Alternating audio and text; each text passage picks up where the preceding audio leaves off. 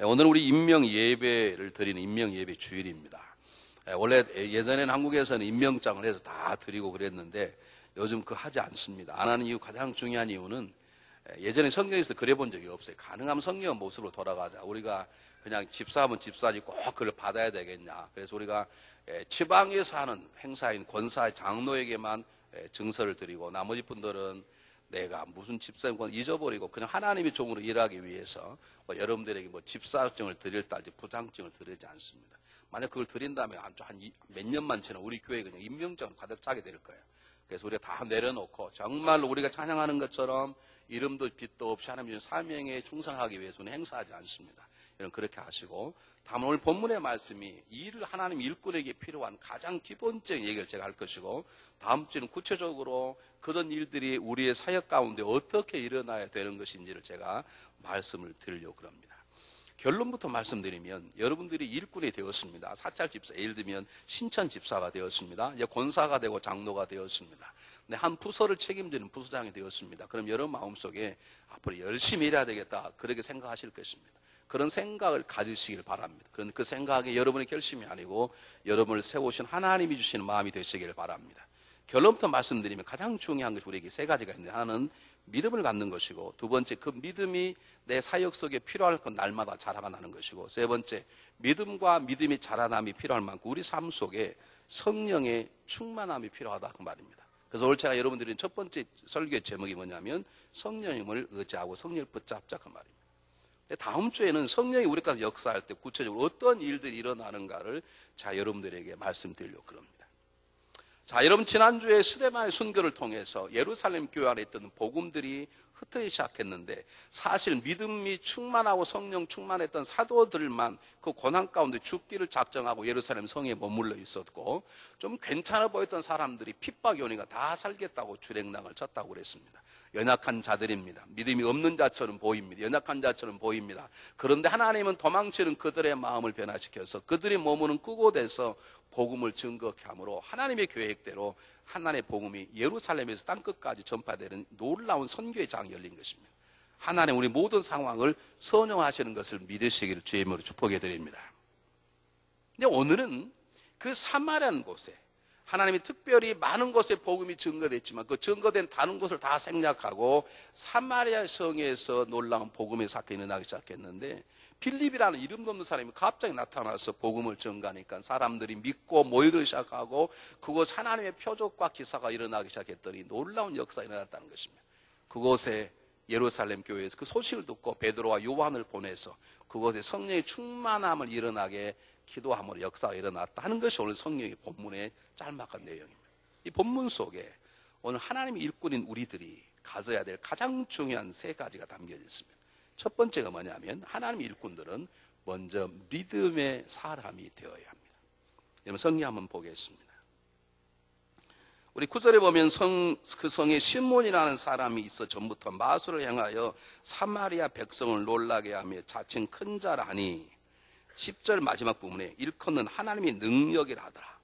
시몬이라는 사람이 있었는데 그 사람이 마술사였다는 것입니다. 그런데 그는 그냥 마술을 잘한다라고 소문난 게 아니라, 저는 진짜 마술한 것 보니까 하나님의 능력이 임한다, 그렇게 소문난 걸 보니 우리가 짐작할 때 시몬이 마술을 행하면서 하나님의 이름을 빌어서 마술을 행했던 것 같습니다. 그런데 그 가만히 보니까 자기가 이름을 자기 입으로 말하는 그 하나님하고 빌립이라는 사람이 와서 말하는 하나님과 행하는 기적이 자기보다 훨씬 낫다고 생각하니까 그것을 내려놓고 빌립이 저는 하나님을 믿고 세례를 받았다는 것이죠. 이게 오늘 첫 번째 본문의 말씀입니다. 여러분 오늘 성경 본문이 강조하는 두 가지 점을 여러분 한번 잘 보세요. 성경을 한번 보세요. 한번 읽어보겠습니다. 12절 한번 보세요.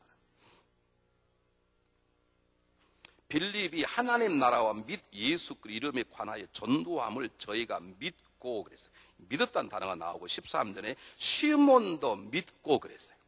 복음이 사마리아 땅에 전파가 되니까 다 됐던 게 아닙니다. 복음이 전파될 때 그 복음을 믿음으로 받아들인 사람에게 하나님의 기적의 역사가 표적 나타나게 되었어요.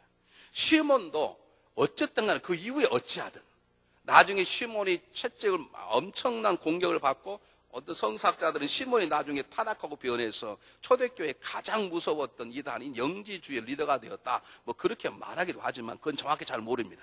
어쨌든 지금 시몬도 빌립이 말하는 것을 믿고 세례를 받았다는 것입니다. 여러분, 복음의 역사라는 건 들려지는 것도 중요하지만 들려진 복음을 내가 믿을 때 내 안에 복음이 역사하는 것입니다. 그 말은 무슨 말입니까?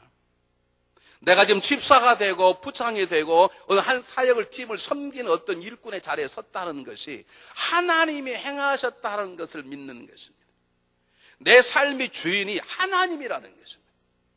내가 믿는 하나님은 시몬이 말하는 하나님이 아니라 빌립이 전하는 하나님이시고, 그분은 단순히 회사의 사장과 회장님이 아니시라 그분은 창조주시요 우리의 삶의 공급자이시요 우리 역사의 주관자시요 마지막 모든 것들을 다스릴 심판자이심을 내가 믿는 것입니다. 그분이 나를 세웠다는 것입니다.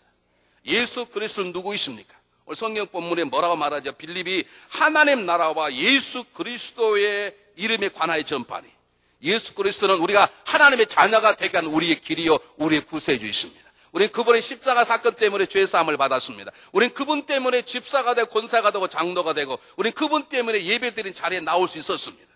아멘? 믿습니까 여러분? 이 믿음이 분명해야 된다는 것이죠. 이 성가대원들이 요즘 아주 많이 이렇게 잘해서 너무너무 감사해요.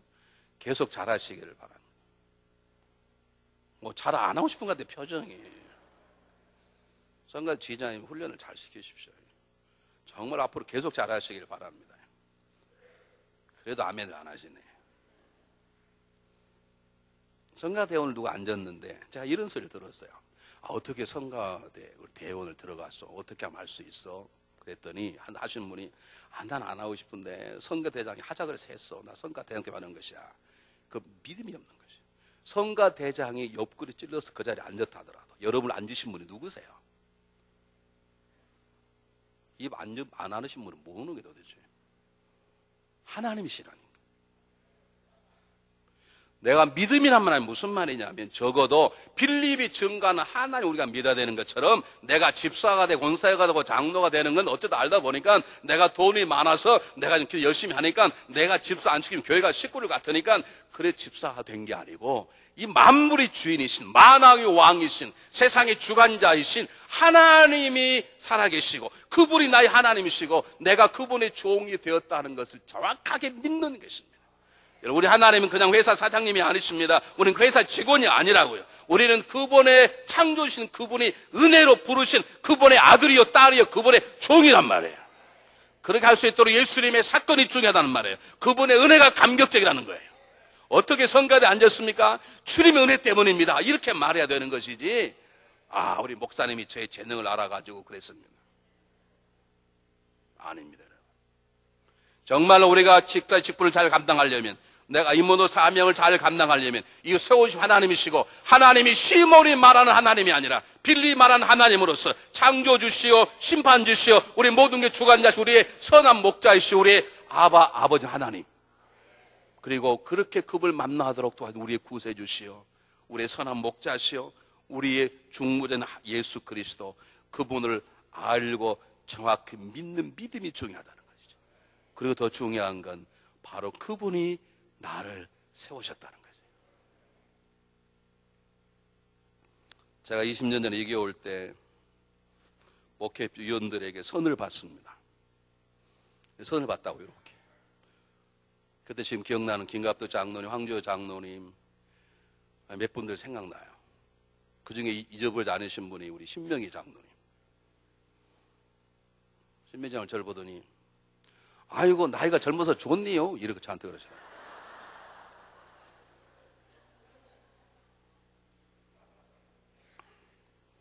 그때도 촌스럽고 지금도 촌스럽고 여전히.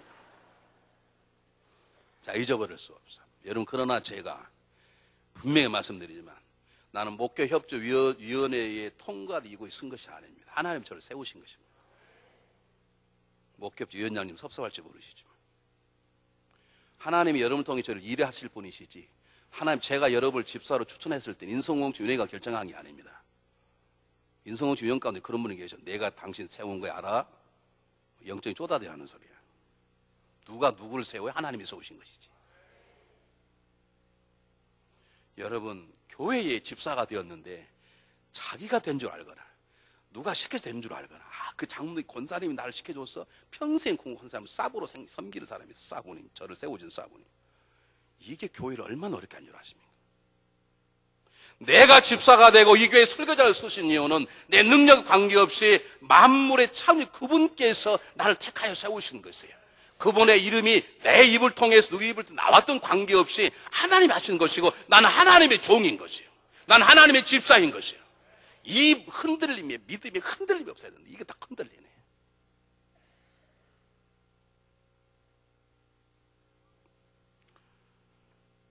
여러분,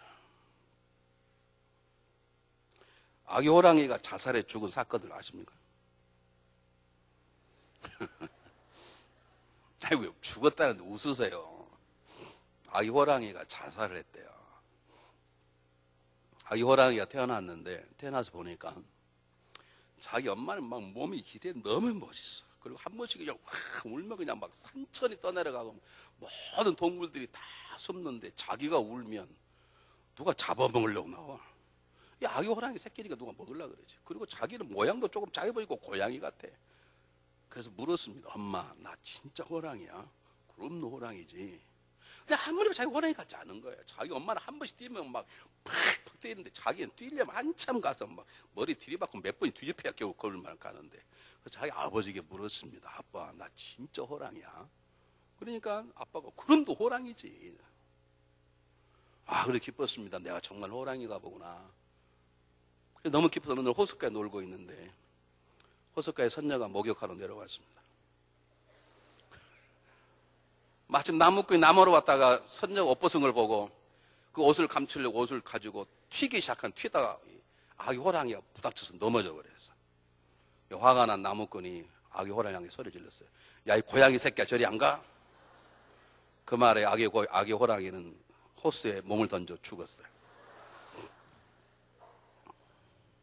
여러분한테 그런 분들 있다. 지지를 못난 집사들. 내가 아무리 호랑이 같지 않은 호랑이인 것이요. 내가 그렇게 살아서는 안 되지만, 내가 죄를 지어서는 안 되지만, 하나님의 사람이 그렇게 살아서는 안 되지만, 그렇게 살 수 있어요. 그렇게 살아서는 안 되지만, 그래도 우리는 하나님의 자녀야. 세상 사는 건 다른 거예요. 우리 이쪽은 아멘 안 하기로 작정하고 오셨어요.